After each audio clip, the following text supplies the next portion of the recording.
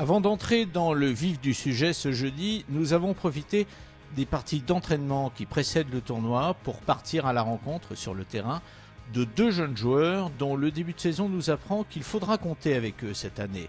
Le premier aura 23 ans la semaine prochaine. Il est hollandais, natif de Best, peut-être prémonitoire. Lars van Meegel occupe la deuxième place du ranking. Il avait gagné en Égypte le deuxième tournoi de cette saison 2017.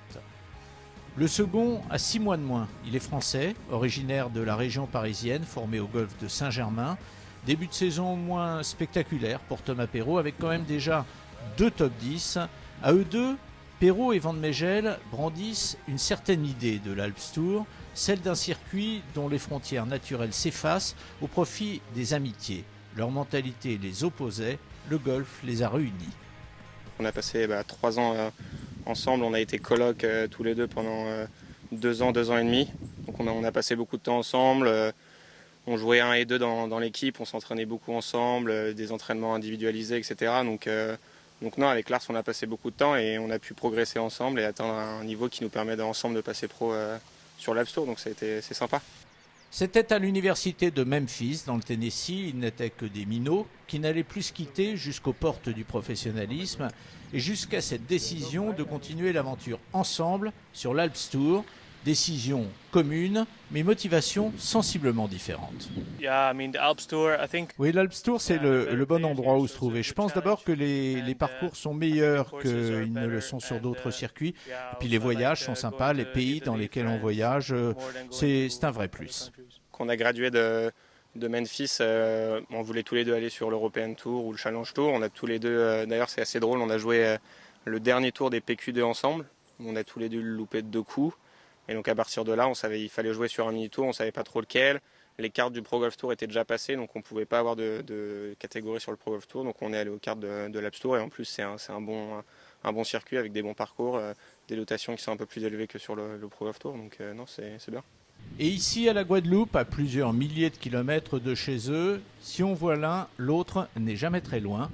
Les deux passent beaucoup plus de temps l'un avec l'autre qu'avec leurs compatriotes respectifs. Les autres Français sur l'Alps Tour, je ne les connais pas forcément tous. Enfin, je les connais des rangs amateurs pour certains, des rangs pro pour d'autres, mais Lars, je le connais plus parce que les dernières années, j'ai passé plus de temps avec lui. Donc c'est normal que quand on arrive, dès qu'on peut s'organiser ensemble et que ça matche entre nos calendriers, on essaie de le faire. Ouais, c'est plus sympa.